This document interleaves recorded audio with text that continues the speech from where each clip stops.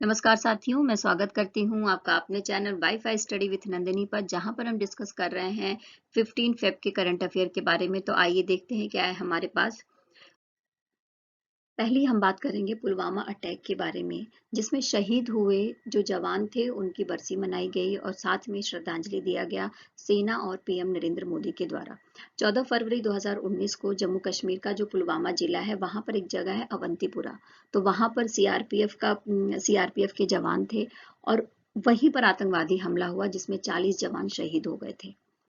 साथ में ही जो 14 फरवरी 2019 को जब ये घटना हुई थी, तो सीआरपीएफ का एक काफिला था, उसमें एक विस्फोटक कार घुस जाती है और उससे 40 जवान शहीद हो जाते हैं। और इसी का काउंटर करने के लिए 26 फरवरी 2019 को भारतीय वायुसेना के द्वारा बालाकोट सर्जिकल स्ट्राइक किया जाता है, जिसमें जैश आतंकी शिविर के लगभग 500 आतंकवादी मारे जाते हैं। नेक्स्ट हम बात करेंगे आरबीआई के बारे में, जो वित्तीय साक्षरता सप्ताह मना रही है 13 से 17 फरवरी के बीच में।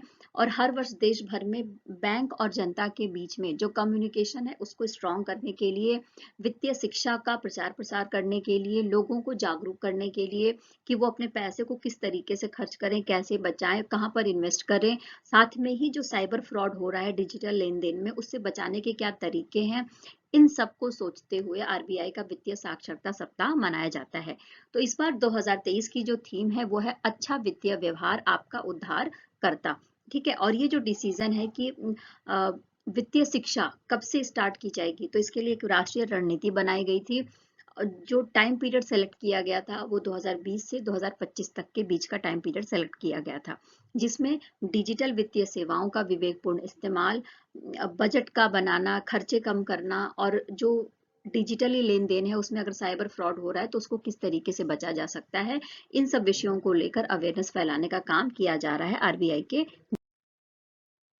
वित्तीय साक्षरता के माध्यम से लोगों का जो फाइनेंशियल जो स्किल्स है उसको डेवलप करने का काम किया जाएगा। साथ ही बजट बनाने का काम, जो खर्च है उनको कैसे ट्रैक कर सकते हैं और कर्ज चुकाने की कौन कौन सी रणनीतियां बना सकते हैं, उसके स्किल्स को सीखना इसका मुख्य उद्देश्य है। वित्तीय साक्षरता की जरूरत इसलिए पड़ी ताकि लोगों को फाइनेंशियली लोगों को जागरूक करा जाए, उनके पैसे को किस तरीके से वो इन्वेस्ट कर सकते हैं और कहाँ पर उनको ज़्यादा फायदा मिल सकता है, कहाँ पर वो अपने पैसे को बचा सकते हैं, क्रेडिट कार्ड का कैसे यूज कर सकते हैं। इन सब विषयों को लेकर वित्तीय साक्षरता सप्ताह मनाने की आवश्यकता महसूस हुई थी आरबीआई को। नेक्स्ट हम बात करेंगे कि अभी हाल ही में 12 फरवरी 2023 को राष्ट्रपति ने अपने अधिकारों का प्रयोग करते हुए जो आर्टिकल 2017 में लिखे गए हैं उसका प्रयोग करते हुए उन्होंने सर्वोच्च न्यायालय के मुख्य न्यायाधीश की सलाह पर भारत के 4 राज्यों के मुख्य न्यायाधीशों की नियुक्ति करी है, जिसकी लिस्ट यहाँ पर दी गई है। ठीक है, अब उनके नाम हम पढ़ लेते हैं और देखते हैं कि वो कौन से मुख्य न्यायाधीश हैं। ठीक है, जो गुजरात उच्च न्यायालय के न्यायाधीश थी सुश्री सोनिया गिरधर गोकानी, उन्हीं को गुजरात उच्च न्यायालय का ही मुख्य न्यायाधीश बना दिया गया है। यानी ये गुजरात उच्च न्यायालय में पहले न्यायाधीश थे और वहीं पर इनको मुख्य न्यायाधीश बना दिया गया है। श्री संदीप मेहता के बारे में बात करें तो ये राजस्थान उच्च न्यायालय के मुख्य न्यायाधीश थे, जिनको गुवाहाटी उच्च न्यायालय का मुख्य न्यायाधीश नियुक्त कर दिया गया है। श्री जसवंत सिंह उड़ीसा उच्च न्यायालय से रिलेट करते थे, तो इनको त्रिपुरा उच्च न्यायालय का न्यायाधीश बना दिया गया है। और श्री एन कोटेश्वर सिंह जो गुवाहाटी उच्च न्यायालय से रिलेट करते थे, वहां के न्यायाधीश थे, उनको मुख्य न्यायाधीश बना दिया गया है जम्मू कश्मीर और लद्दाख उच्च न्यायालय का। ओके, और जो इन 4 जो जजेस हैं, मुख्य न्यायाधीश हैं जिनकी नियुक्ति हुई है, उनमें से 2 25 फरवरी को रिटायर हो जाएंगे, जिसमें से न्यायमूर्ति गोकानी और न्यायमूर्ति जसवंत सिंह है। ठीक है, नेक्स्ट हम बात करेंगे पेटीएम ने भारत की G20 अध्यक्षता का जश्न मनाते हुए G20 theme QR code launch किया है। देखो, पेटीएम की पेरेंट कंपनी है 197 कम्युनिकेशन लिमिटेड। ठीक है, तो इस कंपनी ने डिजिटल पेमेंट उत्सव मनाया गया कहाँ पर, इंडिया हैबिटेट सेंटर में। तो इस अवसर पर एक क्यूआर कोड पेश करा है और इसको पेश करने वाले व्यक्ति कौन है, तो वो रेल और आईटी मंत्री अश्विनी वैष्णव है, उनके द्वारा इसको पेश किया गया है। डिजिटल पेमेंट्स उत्सव के बारे में अगर हम बात करें तो इस उत्सव को मनाने के लिए कंपनी क्या कर रही है, तो ब्रांडेड वाहन के माध्यम से दिल्ली के वो जगह जहां पर ज्यादा से ज्यादा लोग रहते हैं वहां पर ये वाहन जाएगा और लोगों को पेटीएम से रिलेटेड जो उनके समस्याएं हैं, उनके क्वेश्चन हैं, उनका जवाब देगा और डिजिटली लोगों को लेन देन करने के लिए जागरूक करेगा। और कहा जाता है कि क्यूआर कोड भुगतान में क्यूआर कोड भुगतान का जो आविष्कार करने का जो काम है वो सबसे पहले किसके द्वारा किया गया भारत में? वो पेटीएम के द्वारा किया गया है। पेटीएम के संस्थापक कौन है? विजय शेखर शर्मा है और साथ ही जो स्टार्टअप 20 का कार्य समूह है उसके ये नेता भी हैं। ठीक है, और साथ में ही MEITY का सर्वोच्च सम्मान भी पेटीएम को मिला है। और अगर पेटीएम का G20 के साथ क्यूआर कोड के बारे में अगर हम बात करें तो जो ये G20 के देश हैं इनके साथ जो वहाँ के स्टार्टअप्स हैं उनके वित्तीय लेन देन के लिए पेटीएम काम करेगा और इसके लिए एक अभ्यास कराया गया है डिजिटल मिशन के रूप में। नेक्स्ट हम बात करेंगे Delhi metro rail corporation DMRC के बारे में, जिसने अपना first national metro rail knowledge centre खोला है दिल्ली में, दिल्ली के विश्वविद्यालय में मेट्रो स्टेशन पर। ये जो नॉलेज सेंटर है वो PPP यानी पब्लिक प्राइवेट पार्टिसिपेशन इस मॉडल पर काम करेगा और इस केंद्र के माध्यम से, इस सेंटर के माध्यम से लोगों की सहायता की जाएगी। साथ में ही जो रेल प्रणाली है उसका ज्ञान दिया जाएगा, नए विचारों को शामिल किया जाएगा और जिससे कि भारत में जो रेलवे का विकास है, मेट्रो रेल का विकास है, उसके लिए एक प्लेटफॉर्म प्रदान किया जाएगा और एक विकास की प्रक्रिया स्टार्ट करने की कोशिश की गई है DMRC के द्वारा। देखो, ये जो मेट्रो रेल नॉलेज सेंटर है ये मॉडर्न ट्रेनिंग सेंटर के रूप में काम करेगा। सिमुलेशन उपकरण होंगे यहाँ पर, इसके सेक्टर्स के बारे में जानकारी होगी, यानी कई सारे इसमें डिपार्टमेंट होंगे, सम्मेलन की सुविधाएं होंगी और अनुसंधान के साथ साथ में अनुसंधान के लिए, रिसर्च के लिए प्रयोगशालाएं भी इसमें शामिल होंगी, जिससे कि सीखने और विकास के लिए एक व्यापक मंच के लिए काम करेगा knowledge metro rail knowledge centre. Next हम बात करेंगे मिस्र के राष्ट्रपति कौन है? एबल फत्ताह अल सीसी हैं। तो उनके द्वारा IIT इंदौर के 2 छात्र नियति तोताला और नील कपलेश कुमार पारिक, इन छात्रों को ग्लोबल बेस्ट MGOE अवार्ड दिया जाता है। और आपको मैं बता दूं कि जो ग्लोबल बेस्ट MGOE अवार्ड है वो जो ग्लोबल गवर्नमेंट समिट चल रही है, जो वर्ल्ड गवर्नमेंट समिट चल रही है दुबई में, उसमें प्रदान किया जाता है। तो इस बार भी 13 फरवरी को दुबई में वर्ल्ड गवर्नमेंट समिट के दौरान जो मिस्र के राष्ट्रपति हैं उनके द्वारा IIT इंदौर के छात्रों को दिया गया। और ये जो अवार्ड है इसमें स्वर्ण पदक के साथ साथ में 1 मिलियन अमीरात दिरहम भी है।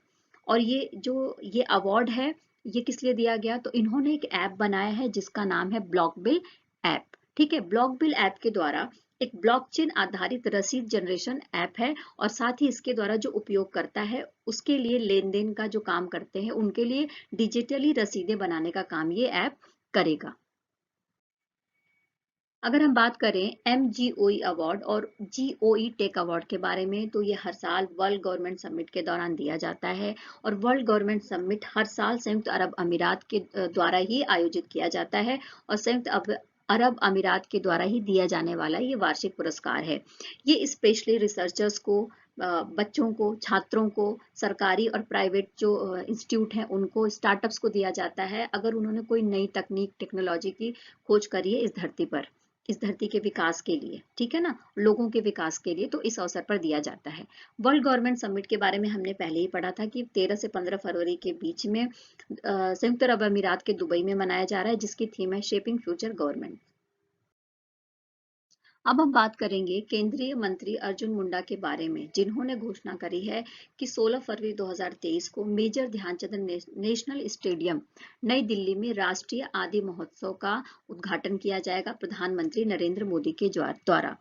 और इस महोत्सव का जो थीम है वो आदिवासी शिल्प, संस्कृति, भोजन और वाणिज्य की भावना का उत्सव है। इसका जो उद्देश्य है कि एक ही जगह पर लोगों को जनजातीय समुदायों की संस्कृति से परिचित कराया जाए, उनके विविध शिल्प और उनके व्यंजनों से परिचित कराया जाए। इसकी शुरुआत 2017 से ही की जा रही है। केंद्रीय जनजातीय मामलों के मंत्रालय और साथ में ट्राइफेड के द्वारा, यानी ट्राइफेड मीन्स भारतीय जनजातीय सहकारी विपणन विकास संघ के द्वारा, यानी संयुक्त इनिशिएटिव है इन दोनों मिनिस्ट्रीज और इस संस्था का। नेक्स्ट हम बात करेंगे कि जो ये महोत्सव मनाया जाएगा इसमें 28 राज्य के साथ साथ में जो जो केंद्र शासित प्रदेश हैं उनके आदिवासी कलाकार भाग ले रहे हैं, जो विभिन्न विषयों जैसे आदिवासी हस्तशिल्प, हस्तकरघा, पेंटिंग, आभूषण, बेंत और बांस के सामान, मिट्टी के बर्तन, भोजन, प्राकृतिक उत्पाद के साथ में कम से कम 200 स्टॉल लगाए जाएंगे और इसकी बिक्री भी की जाएगी। ट्राइफेड के बारे में अगर हम बात करते हैं तो इसका ये अस्तित्व में कब आया? 1987 में आया, जो केंद्रीय जनजातीय मामलों के मंत्रालय के अधीन काम करता है और एक ये गवर्नमेंट बॉडी है। ठीक है, और इसका जो मुख्यालय है वो नई दिल्ली में है। इसका जो उद्देश्य है वो स्पेशली विपणन, जो जनजातीय उत्पाद होते हैं उनके विपणन के साथ में, उनके विकास के साथ में ही देश में जनजातीय लोगों का विकास करना और उनका सामाजिक, आर्थिक और राजनीतिक उद्धार करना भी इसका उद्देश्य है। नेक्स्ट बात करेंगे, सरकार ने खनन प्रहरी नाम का एक मोबाइल ऐप और साथ में coal mine surveillance and management system CMSMS इसको लॉन्च करा है और बताया गया है कि इन दोनों के माध्यम से, यानी खनन प्रहरी ऐप और साथ में ही जो ये वेब ऐप लॉन्च करा है, इसके माध्यम से खनन से संबंधित जो गतिविधियां होती हैं वो पता चल जाएंगी और जो अवैध खनन होता है उस पर निगरानी रखी जा सकती है अच्छे से। और जो ये CMSMS एप्लीकेशन है, ये क्या करेगा? तो ये अंतरिक्ष प्रौद्योगिकी का इस्तेमाल करेगा, जो अंतरिक्ष टेक्नोलॉजी है, यानी जो सैटेलाइट से फोटोज नहीं खींच लेते कि कहीं पर क्या हो रहा है ये पता चल जाए, तो उस प्रौद्योगिकी का, टेक्नोलॉजी का इस्तेमाल करते हुए सरकार की जो गवर्नेंस इनिशिएटिव है उसको आगे बढ़ाने का काम करेगा और खनन से रिलेटेड जो भी गतिविधियां हो रही हैं वो सब कुछ जो है इस एप्लीकेशन के माध्यम से कवर किया जा सकता है, देखा जा सकता है, पारदर्शिता लाई जा सकती है खनन के काम में।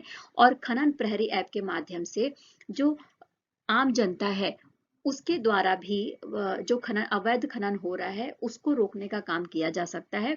साथ में ही खनन प्रहरी मोबाइल ऐप के बारे में बात कर लें तो ये खनन घटना की भूत टैग की गई तस्वीरों के साथ साथ में उस घटना पर होने वाली जो भी जानकारी है या उस समय जो भी नागरिक है, तो इस पूरे काम को करेगा और नागरिक इसके लिए सूचना भी दे सकते हैं, है ना, इस ऐप का प्रयोग करते हुए गवर्नमेंट को।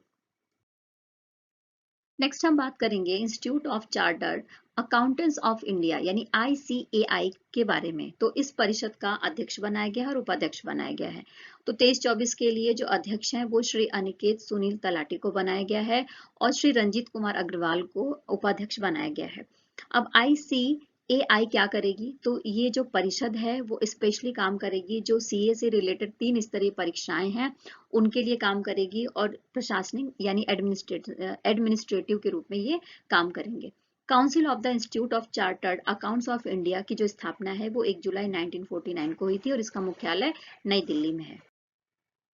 नेक्स्ट हम बात करेंगे, सऊदी अरब अपनी पहली महिला अंतरिक्ष यात्री को अंतरिक्ष में भेजेगा और ये महिला कौन है? तो ये है रेयना बरनावी, जो सऊदी अली अल करनी के साथ 10 दिवसीय अंतरिक्ष मिशन पर जाएंगी। और किस चीज से जाएंगी? तो स्पेस एक्स ड्रैगन अंतरिक्ष यान के साथ ये जाएंगी। सऊदी अरब के बारे में बात करें तो यहाँ के सुल्तान है सलमान, राजधानी है रियाद, मुद्रा है सऊदी अरब रियाल, राजभाषा इसकी अरबी और आधिकारिक जो धर्म है यहाँ का वो है इस्लाम। नेक्स्ट हम बात करेंगे कि सेंट्रल गवर्नमेंट का जो शिपिंग मंत्रालय है वो तटीय शिपिंग दिशा निर्देश बनाने के लिए एक समिति का गठन किया जा रहा है उसके द्वारा। और वो जिन टॉपिक्स के ऊपर बात करेंगे या जिनके ऊपर समिति काम करेगी वो है रोल ऑन रोल ऑफ यानी रोरो, रोल ऑन पैसेंजर यानी रोपैक्स के साथ साथ में फेरी सेवा, और इसके अलावा मॉडल लाइसेंस को किस तरीके से प्रदान करना है, उसका जो समझौता है वो कैसा होना चाहिए, उसका मसौदा भी तैयार करने का काम करेगी। जो इसके अध्यक्ष हैं वो कौन होंगे? दीनदयाल पोर्ट अथॉरिटी के अध्यक्ष की अध्यक्षता में ये जो समिति है वो काम करेगी। और इसके अलावा आपको रोल ऑन रोल ऑफ के बारे में बता दें तो इस प्रक्रिया में सामान को लादना और फिर उसे उतारना, और साथ साथ में कार्गो शिप पर पैसेंजर के साथ ही बाइक, कार, ट्रक और बड़ी गाड़ियां जो है वो भी लोड कर दी जाती हैं और एक जगह से दूसरी जगह पर पहुंचाया जाता है। तो इसको बोलते हैं रोल ऑन रोल ऑफ। ठीक है, अब अच्छा, ये जो समिति है वो स्पेशली जिन टॉपिक के ऊपर फोकस करेगी वो है जहाजों की सुरक्षा के जो स्टैंडर्ड हैं वो क्या होने चाहिए, साथ में यात्रियों और कार्गो के अधिक बोर्डिंग पर नियंत्रण तंत्र, ऑनलाइन टिकटिंग प्रणाली, राजस्व साझाकरण तंत्र और जमीनी वास्तविकताओं पर विचार करना, यानी इन सब टॉपिक के ऊपर ये जो समिति है वो काम करेगी। नेक्स्ट हम बात करेंगे न्यूजीलैंड के बारे में, जिसने राष्ट्रीय आपातकाल की घोषणा करी है प्राकृतिक आपदा की वजह से। भीषण चक्रवात आया है गैब्रियल के ऑकलैंड में, ठीक है, जिसकी वजह से व्यापक बाढ़, भूस्खलन और विशाल समुद्र में बाढ़ आ गई है। जो गैब्रियल है, ऑकलैंड वाला जो हिस्सा है, वहां पर 100 किलोमीटर उत्तर पूर्व के कुछ छोटे द्वीपों पर ऐसा दिखाई दे रहा है, और ये कहा जा रहा है कि अब दक्षिण पश्चिम की ओर धीरे धीरे ये जो चक्रवात है वो बढ़ रहा है।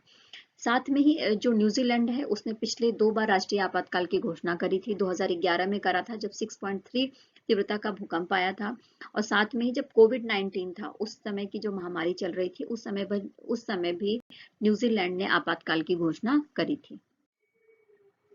देखो, उत्तराखंड में एक अध्यादेश 2023 लाया गया है भर्ती में अनुचित साधनों की रोकथाम और रोकथाम के उपाय को लेकर, ठीक है। और राज्यपाल लेफ्टिनेंट जनरल गुरमीत सिंह के द्वारा ऐसा अध्यादेश लाया गया है, जिससे क्या होगा, सरकार द्वारा सख्त नकल विरोधी कानून बनाया गया है, जिसका नाम है एंटी कॉपी कानून। अब ये जो डिसीजन है ये लिया गया यूके पीएससी पेपर लीक होने के बाद में। इस कानून के तहत जो नकल माफिया हैं उनके ऊपर आज वो उनको जो सजा दी जाएगी वो आजीवन कारावास या 10 साल की जेल होगी, साथ में 10 करोड़ रुपए का जुर्माना होगा और उनकी संपत्ति जब्त कर ली जाएगी। और जो छात्र होंगे जो पेपर लीक कराते हैं या नकल करने में योगदान देते हैं, उनको जो है 10 साल का प्रतिबंध लगाया जाएगा और उनकी भी संपत्ति जब्त कर ली जाएगी। उत्तराखंड के राज्यपाल कौन है? Lieutenant general Gurmeet Singh. मुख्यमंत्री पुष्कर सिंह धामी। राजधानी देहरादून शीतकालीन है और ग्रीष्मकालीन राजधानी है गैरसैंड। नेक्स्ट हम बात करेंगे साइक्लोथॉन के बारे में, जिसका आयोजन किया गया है केंद्रीय स्वास्थ्य और परिवार कल्याण मंत्रालय के द्वारा लेडिंग हार्डी मेडिकल कॉलेज से, ठीक है। और इसकी जो थीम थी वो क्या थी? स्वास्थ्य के लिए साइकिल। 14 फरवरी को रैली आयोजित की गई, जिसमें फैकल्टी के छात्र और कर्मचारियों ने भाग लिया है, जिसका मुख्य उद्देश्य क्या है कि नागरिकों को पर्यावरण के अनुकूल परिवहन का इस्तेमाल करना सिखाया जाए और लोगों को शारीरिक और मानसिक स्वास्थ्य को बढ़ावा देने का जो विचार है उसको प्रसारित किया जाए। केंद्रीय स्वास्थ्य मंत्री कौन है हमारे? तो डॉक्टर मनसुख मंडाविया, जिनको ग्रीन एमपी भी कहा जाता है साइकिल चलाने के उत्साह के लिए, ठीक है। तो इन्होंने साइकिल को, लोगों के फिटनेस को, लोगों के स्वास्थ्य को बढ़ाने के लिए साइकिल के योगदान को ज्यादा से ज्यादा साइकिल का इस्तेमाल करने पर लोगों को फोकस किया, लोगों को बताया। अच्छा, पिछले साल नवंबर में एक इनिशिएटिव स्टार्ट किया गया था, एक अभियान स्टार्ट किया गया था जिसका नाम था स्वस्थ मन स्वस्थ घर। तो इस अभियान के तहत ही साइक्लोथॉन किया गया है हमारी हेल्थ मिनिस्ट्री के द्वारा। नेक्स्ट हम बात करेंगे list of top 10 highest paid athletics in 2021-22 release करा गया है किसके द्वारा? जेन्युइन इम्पैक्ट न्यूज लेटर के द्वारा, ठीक है। तो फर्स्ट नंबर पे कौन है? अर्जेंटीना के लियोनेल मेस्सी। सेकंड नंबर पर Los Angeles Lakers power forward LeBron James. Third number पर क्रिस्टियानो रोनाल्डो है। बाकी जो लिस्ट है वो आप पढ़ सकते हैं वीडियो को पॉज करके। नेक्स्ट हम बात करेंगे स्मृति मंधाना के बारे में, जो सबसे महंगी खिलाड़ी सेलेक्ट करी गई हैं, सबसे महंगी खिलाड़ी बनी है वुमेन्स प्रीमियर लीग जो हो रहा है, महिला प्रीमियर लीग जो हो रहा है उसमें, ठीक है। और इनको रॉयल चैलेंजर्स बैंगलोर ने 3.4 करोड़ रुपए में खरीदा है, और इनको आईसीसी ने सर्वश्रेष्ठ महिला क्रिकेटर के लिए राचेल हेयो फ्लिंट पुरस्कार भी प्रदान किया था 2018 में। नेक्स्ट हम बात करेंगे इंग्लैंड के पूर्व कप्तान इयोन मोर्गन के बारे में, जिन्होंने क्रिकेट के सभी प्रारूपों से संन्यास लेने की घोषणा कर दी है 13 फरवरी को, और 28 जून 2022 को पहले ही ये इंटरनेशनल क्रिकेट को छोड़ चुके थे, और अब इन्होंने ऑफिशियली कह दिया है कि अब ये क्रिकेट के सभी प्रारूपों से संन्यास ले रहे हैं। अच्छा, इंग्लैंड के लिए वनडे विश्व कप जीतने वाले ये पहले कप्तान है 2019 में जो इंग्लैंड ने खिताब जीता था, और 2009 से ही इंग्लैंड की ओर से 16 साल की उम्र में खेल रहे हैं, और आयरलैंड के साथ इन्होंने अपना वनडे डेब्यू स्टार्ट करा था। नेक्स्ट हम बात करेंगे ललिता लाजमी के बारे में, जो प्रसिद्ध चित्रकार थी, और 13 फरवरी को 90 साल की उम्र में उनकी मृत्यु हो गई। National gallery of modern art ने उनके मृत्यु की जो खबर है वो साझा करी है, और साथ में ही ये फिल्म निर्माता गुरुदत्त की बहन थी, और इनका जन्म 1932 में कोलकाता में हुआ था। और इनको जो है, जो तारे जमी मूवी आई थी, तारे जमी पर जो मूवी आई थी आमिर खान की, उसमें इन्होंने एक छोटी सी शिक्षक की भूमिका निभाई थी आर्ट टीचर के रूप में। Bombay art society award, state of exhibition award जैसे पुरस्कारों से इनको सम्मानित किया गया था। इस वीडियो में इतना ही। आई होप कि आपको पसंद आया होगा, तो प्लीज़ चैनल को लाइक करिए, शेयर करिए और सब्सक्राइब करिए। लाइक करने में कंजूसी मत करिए। आपका बहुत बहुत धन्यवाद। Thank you.